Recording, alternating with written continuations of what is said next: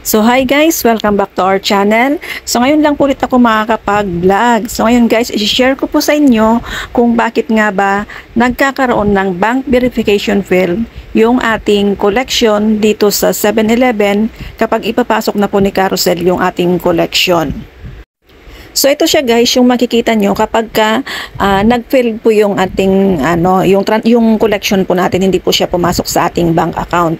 Yan po yung email na may email po kayong marireceive at yan din po yung makikita ninyo sa inyong apps. Ganyan po yung nakalagay, bank verification field. Kahit na inulit na po ninyo, halimbawa ngayong every 4 days po yan, di ba?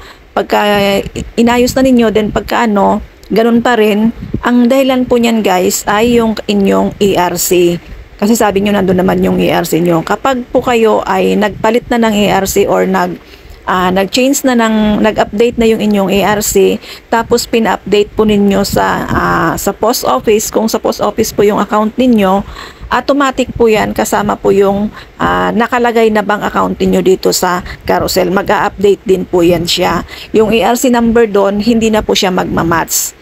Then, ang mangyayari yan, mag-field po yung inyong pagpasok na inyong pera. So, kailangan i-edit po ninyo yung ERC ninyo doon, saka po ninyo ulitin na i-process ninyo yung pera ninyo para pumasok sa inyong bank account. Kapag ginawa po ninyo yun at na-match na, doon pa lang po papasok yung pera ninyo. Tapos tatakbo rin po siya ng same process lang din po yung 4 days bago siya pumasok sa inyong bank account.